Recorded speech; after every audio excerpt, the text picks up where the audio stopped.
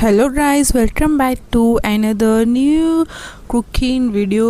So ಇವತ್ತಿನ ವಿಡಿಯೋದಲ್ಲಿ ನಾನು ಮಶ್ರೂಮ್ ಗ್ರೇವಿ ಮಾಡ್ತಾಯಿದ್ದೀನಿ. ಸೊ ಇದೇನಪ್ಪ ಮಶ್ರೂಮ್ ಗ್ರೇವಿ ಅಂತ ಇದನ್ನು ತೋರಿಸ್ತಾ ಇದ್ದಾರೆ ಅಂತ ಅಂದರೆ, ನಮ್ಮ ನಿಹಾರಿಟ್ರಾ ಮತ್ತು ಅವರನ್ನು ಯಾವಾಗಲೂ ಕಿತ್ತಾಡೋದೇ ಆಗುತ್ತೆ ನೋಡಿ. ಬರೀ ಟಾಮ್ ಆ್ಯಂಡ್ ಜೆರಿ ಫೈಟ್ ಇವರಿಬ್ಬರದು. ಅವನು ಬಿಡಲ್ಲ, ಇವಳು ಬಿಡಲ್ಲ. ಅದು ಬಿಡಿ, ಫಸ್ಟು ನಾವು ಮಶ್ರೂಮನ್ನು ತಂದುಬಿಟ್ಟು ಅರಿಶಿನ ಪುಡಿ ಮತ್ತು ಆಮೇಲೆ ಸಾಲ್ಟ್ ಎಷ್ಟು ಬೇಕೋ ಅಷ್ಟು ಹಾಕ್ಕೊಂಡ್ಬಿಟ್ಟು ಒಂದು ಬಿಸಿನೀರಲ್ಲಿ ಹಾಕ್ಬೋದು, ಇಲ್ಲಾಂದರೆ ತಣ್ಣೀರು ಹಾಕಿಬಿಟ್ಟು ಒಂದು ಸ್ವಲ್ಪ ಕುದಿಸ್ಬೇಕು. ಬಿಕಾಸ್ ಎಲ್ಲ ಬ್ಯಾಕ್ಟೀರಿಯಾಸ್ ಇರ್ತಾವಲ್ವ, ಸೊ ಎಷ್ಟು ದಿನ ಇಟ್ಟಿರ್ತಾರೆ ಅಂತ ಗೊತ್ತಿರಲ್ಲ. ಸೊ ಹಾಗಾಗಿ ಅದನ್ನ ಸ್ವಲ್ಪ ಬಾಯ್ಲ್ ಮಾಡಿಬಿಟ್ಟು ಸೈಡಿಗೆ ಇಡಬೇಕು. ಸೊ ಎಲ್ಲ ಬ್ಯಾಕ್ಟೀರಿಯಾಸ್ ಕ್ಲೀನಾಗಿ ಹೋಗುತ್ತೆ. ಆಮೇಲೆ ಅದೆಲ್ಲ ಮೇಲಿಂದ ಸ್ವಲ್ಪ ಬ್ಲ್ಯಾಕ್ ಡಾಟ್ಸ್ ಇದೆ ಇರಲ್ವ, ಅದು ಕೂಡ ಕ್ಲೀನ್ ಆಗುತ್ತೆ. ಸೊ ನಾನು ಇದು ಫಸ್ಟ್ ಪ್ರೊಸೆಸ್ ಮಾಡಿದೆ. ಸೊ ನೆಕ್ಸ್ಟ್ ಇದಕ್ಕೆ ಮಸಾಲ ಏನೆಲ್ಲ ಮಾಡಬೇಕು. ಸೊ ಇದು ಒಂಥರ ಗೋಬಿ ಥರನೂ ಆಗುತ್ತೆ. ಸೊ ಚೆನ್ನಾಗಿರುತ್ತೆ ಟೇಸ್ಟ್. ಜಸ್ಟ್ ಬರೀ ತಿನ್ನೋಕ್ಕೂ ಆಗುತ್ತೆ, ಆಮೇಲೆ ಚಪಾತಿಗೂ ಕೂಡ ಆಗುತ್ತೆ, ಆಮೇಲೆ ಬಿಸಿ ಬಿಸಿ ದೋಸೆ ಕೂಡ ಆಗುತ್ತೆ.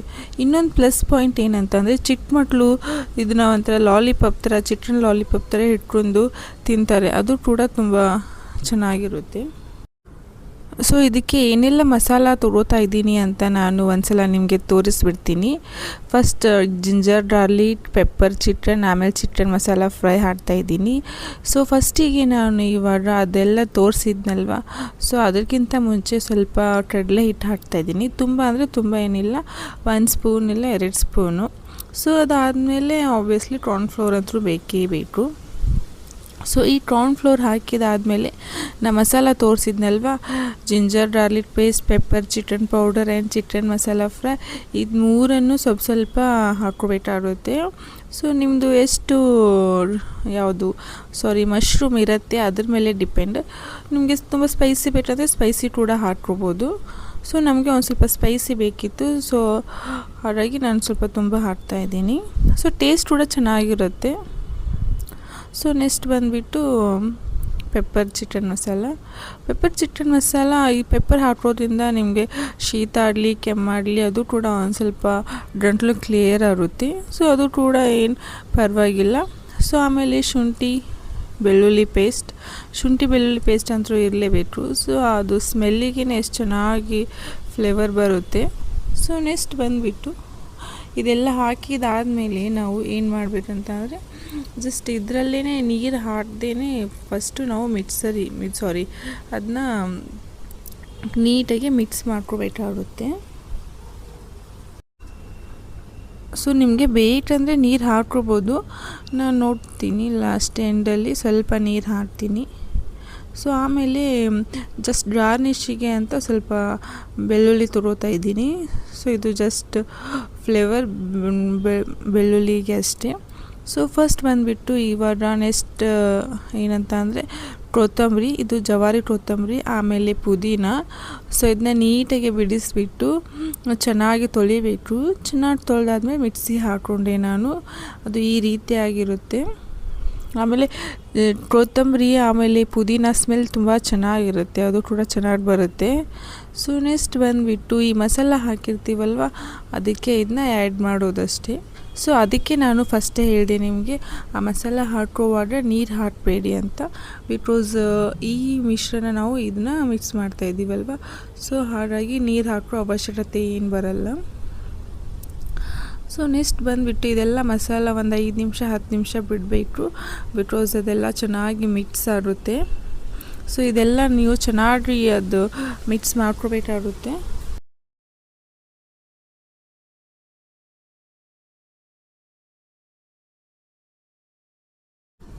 ಸೊ ಅದರ ಜೊತೆಗೆ ದೊಡ್ಡ ಕ್ಯಾಪ್ಸಿಕಮ್, ಆಮೇಲೆ ಆಲೂಗಡ್ಡೆ, ಆಮೇಲೆ ಕ್ಯಾರೆಟ್, ಇದನ್ನ ನಾನು ಕ್ಲೀನಾಗಿ ನೀಟಾಗಿ ತೊಳೆದ್ಬಿಟ್ಟು ಕಟ್ ಮಾಡ್ಕೊತಾ ಇದ್ದೀನಿ. ಜಸ್ಟ್ ಮಶ್ರೂಮ್ ಅಂತ ಅಂದರೆ ಚೆನ್ನಾಗಿ ಆಡಲ್ಲ.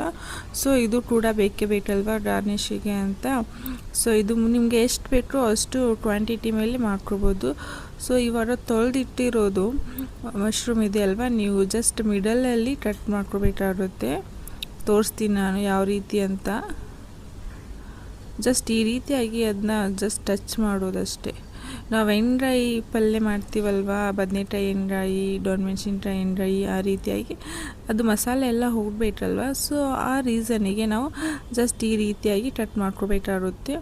ಸೊ ಇದನ್ನೆಲ್ಲ ಕಟ್ ಮಾಡ್ಕೊಂಡಾದಮೇಲೆ ನಾವೇನೆಲ್ಲ ಮಸಾಲ ಮಾಡಿರ್ತೀವಲ್ವ, ಆ ಮಸಾಲನ ಇದಕ್ಕೆ ಡೈರೆಕ್ಟಾಗಿ ಹಾಕಿ ನಾವು ಮಿಕ್ಸ್ ಮಾಡ್ಕೋಬೇಕಾಗುತ್ತೆ. ಆಮೇಲೆ ನಿಮಗೆ ರುಚಿಗೆ ತಕ್ಕಷ್ಟು ಉಪ್ಪು ಅದೆಲ್ಲ ಹಾಕ್ಕೋಬೋದು. ಇದನ್ನ ಚೆನ್ನಾಗಿ ನೀವು ಮಿಕ್ಸ್ ಮಾಡಿ ಒಂದು 5 ನಿಮಿಷ ಬಿಡಬೇಕು. ಬಿಕಾಸ್ ಅದೆಲ್ಲ ಚೆನ್ನಾಗಿ ಮಸಾಲೆ ಎಲ್ಲ ಹೀರ್ಕೊಳ್ಳುತ್ತೆ. ಆವಾಗಲೇ ಹಾಕಿಬಿಟ್ರೆ ಟೇಸ್ಟ್ ಬರಲ್ಲ. ಸೊ ನಾವು ಚಿಕನ್ ಮಾಡುವಾಗ ಮ್ಯಾರಿನೇಟ್ ಮಾಡ್ತೀವಲ್ವ, ಅದೇ ರೀತಿ ಇದು ಕೂಡ ಇದನ್ನು ಹಾಕಿಬಿಟ್ಟು ಒಂದು 5ರಿಂದ 10 ನಿಮಿಷ ಬಿಡಬೇಕು. ಸೊ 5ರಿಂದ 10 ನಿಮಿಷ ಬಿಡೋದ್ರಿಂದ ಚೆನ್ನಾಗಿ ಅದು ಮಸಾಲೆ ಎಲ್ಲ ಕೂಡ್ಕೊಂಡು ಬಿಡುತ್ತೆ. ಸೊ ನೆಕ್ಸ್ಟ್ ಪ್ರೊಸೀಜರ್ ಏನಂತ ಅಂದರೆ, ಸೊ ಸ್ವಲ್ಪ ಚಿಲ್ಲಿ ಕೂಡ ಹಾಕ್ಕೋಬೋದು, ತುಂಬ ಸ್ಪೈಸಿ ಬೇಕಂದವರು. ಸೊ ನಾವು ಸ್ವಲ್ಪ ಚಿಲ್ಲಿ ಹಾಕಿದ್ದೀನಿ. ಆಮೇಲೆ ಇವಾಗಲೇ ರುಚಿಗೆ ತಕ್ಕಷ್ಟು ಉಪ್ಪು ಹಾಕ್ತಾಯಿದ್ದೀನಿ. ನಿಮ್ಗೆ ಎಷ್ಟು ಬೇಕೋ ಅಷ್ಟು ಉಪ್ಪು ಹಾಕ್ಕೋಬೋದು. ಸೊ ಇವಾಗ ಇನ್ನೊಂದು ಪಾಯಿಂಟ್ ಏನಂದರೆ ಇದು ಕುದೀತಾ ಸಾಲ್ಟ್ ಸ್ವಲ್ಪ ಕಡಿಮೆ ಆಗುತ್ತೆ. ಆಮೇಲೆ ಎಲ್ಲ ಮುಗಿದಾದಮೇಲೆ ಇನ್ನೊಂದು ಸ್ವಲ್ಪ ನೀವು ನೋಡ್ಕೊಂಡು ಹಾಕ್ಕೋಬೋದು. ಸ್ವಲ್ಪ ಅಚ್ಚ ಖಾರದ ಪುಡಿ ನಿಮ್ಗೆ ಎಷ್ಟು ಬೇಕೋ ಅಷ್ಟು, ಇಲ್ಲ ಚಿಲ್ಲಿ ಹಾಕೋತಿದ್ರೆ ಅದೇನೇ ಹಾಕ್ಕೋಬೋದು. ಆಮೇಲೆ ಅರಿಶಿನ ಪುಡಿ ಜಸ್ಟ್ ಒಂದು ಸ್ವಲ್ಪ ಅಷ್ಟೇ. ಆಲ್ರೆಡಿ ಇದಕ್ಕೆ ಹಾಕಿ ನಾವು ಬಾಯ್ಲ್ ಮಾಡಿರ್ತೀವಲ್ವ, ಅವಶ್ಯಕತೆ ಇರಲ್ಲ, ಸುಮ್ಮನೆ ಸ್ವಲ್ಪ ಕಲರಿಗೆ ಇರಲಿ ಅಂತ ಹಾಕಿದ್ದೀನಿ ಅಷ್ಟೇ. ಇದನ್ನು ಕೂಡ ನೀವು ಚೆನ್ನಾಗಿ ಮಿಕ್ಸ್ ಮಾಡ್ಕೋಬೇಕಾಗುತ್ತೆ. ಸೊ ನೆಕ್ಸ್ಟ್ ಪ್ರೊಸೀಜರ್ ಏನಂತ ನೋಡೋಣ ಗೈಸ್. ಆಮೇಲೆ ನಾವು ಸ್ವಲ್ಪ ಬಾಣಲೆಗೆ ಎಣ್ಣೆ ಆದರೂ ಆಗಲಿ ತುಪ್ಪ ಆದರೂ ಹಾಕ್ಕೊಂಡು ಸ್ವಲ್ಪ ಸಾಸಿವೆ ಜೀರಿಗೆನ ಚಟ್ಪಟ್ ಅಂತ ಅನ್ನಿಸ್ಕೊಂಡು ತರಕಾರಿ ಎಲ್ಲ ಕಟ್ ಮಾಡಿ ಇಟ್ಕೊಂಡಿರ್ತೀವಲ್ವ, ಆ ತರಕಾರಿಯನ್ನು ನಾವು ಇದಕ್ಕೆ ಬೇಯಿಸ್ಕೋಬೇಕಾಗುತ್ತೆ. ಫಸ್ಟ್ ಆಲೂಗಡ್ಡೆ, ಬಿಕಾಸ್ ಆಲೂಗಡ್ಡೆ ತುಂಬ ರಫ್ ಆಗಿರುತ್ತಲ್ವ. ಸೊ ಹಾಗಾಗಿ ಫಸ್ಟು ನಾವು ಈ ರೀತಿಯಾಗಿ ಎಣ್ಣೆಯಲ್ಲಿ ಬೇಯಿಸ್ಕೋಬೇಕು. ಅದು ಗೋಲ್ಡನ್ ಬ್ರೌನ್ ಕಲರ್ ಆಗಬೇಕು, ಅಂದರೆ ಆಲ್ಮೋಸ್ಟ್ ಬೆಂದಿದೆ ಅಂತ ಅರ್ಥ. ಸೊ ನೋಡ್ಬೋದು. ಆಮೇಲೆ ನಿಮ್ಮ ಕ್ಯಾರೆಟು, ಆಮೇಲೆ ನಿಮ್ಮ ಕ್ಯಾಪ್ಸಿಕಮ್ ಕೂಡ ಎಲ್ಲ ಕೂಡ ಚೆನ್ನಾಗಿ ಬೇಯಿಸ್ಕೋಬೇಕಾಗುತ್ತೆ. ಸೊ ಎಷ್ಟು ಚೆನ್ನಾಗಿ ಬೇಯಿಸ್ಕೊತೀರ, ಕಲರ್ ಚೇಂಜ್ ಆದಂಗೆ ಚೆನ್ನಾಗಾಗುತ್ತೆ. ಆಮೇಲೆ ಜಸ್ಟ್ ಗಾರ್ನಿಷಿಗೆ ಅಂತ ಸ್ವಲ್ಪ ಜವಾರಿ ಬೆಳ್ಳುಳ್ಳಿ ಹಾಕಿದೆ. ನೆಕ್ಸ್ಟ್ ಇದೇನು ಮಿಕ್ಸ್ ಮಾಡಿರ್ತೀವಲ್ವ, ಚೆನ್ನಾಗಿ ಮ್ಯಾರಿನೇಟ್ ಆಗಿದೆ ನೋಡಿ. ಸೊ ಈ ಮ್ಯಾರಿನೇಟ್ ಆಗಿರೋ ಮಶ್ರೂಮನ್ನು ತಗೊಂಡು ನಾವು ಒಗ್ಗರಣೆ ಹಾಕಿದ್ದೀವಲ್ವ, ಸೊ ಆ ಒಗ್ಗರಣೆಗೆ ನಾವು ಮಿಕ್ಸ್ ಮಾಡಬೇಕಾಗುತ್ತೆ. ಸೊ ನೋಡ್ಬೋದು. ನೆಕ್ಸ್ಟ್ ಇದು ಚೆನ್ನಾಗಿ ಕುದೀತಾ ಇದೆ, ಸ್ವಲ್ಪ ನೀರು ಹಾಕ್ಬೋದು ಅಂದರೆ ಚೆನ್ನಾಗಿ ಬೇಯುತ್ತೆ ಅಂತ. ಸೊ ನೆಕ್ಸ್ಟ್ ಬಂದುಬಿಟ್ಟು ಇದನ್ನ ಮಿಕ್ಸ್ ಮಾಡ್ತಾಯಿದ್ದೀವಿ. ಸೊ ಇದನ್ನ ಮಿಕ್ಸ್ ಮಾಡಿ ನಾವು ಬೇಕಂದರೆ ಒಂದು ಸ್ವಲ್ಪ ನೀರು ಹಾಕಬೇಕು, ಸ್ವಲ್ಪ ಬಾಯ್ಲ್ ಆಗಬೇಕಲ್ವ. ಸೊ ಒಂದು 5 ನಿಮಿಷ ಇಲ್ಲ ಒಂದು 10 ನಿಮಿಷ ಸಣ್ಣ ಉರಿಯಲ್ಲಿ ಇಟ್ಟು ಬೇಯಿಸಿದರೆ ನಮ್ಮ ಮಶ್ರೂಮ್ ಪಲ್ಯ ಅಥವಾ mushroom gravy and mushroom lollipop ಕೂಡ ಕರಿಬೋದು. ಸೊ ನಮಗೆ ತಿನ್ನೋಕ್ಕೆ ರೆಡಿ ಆಗುತ್ತೆ.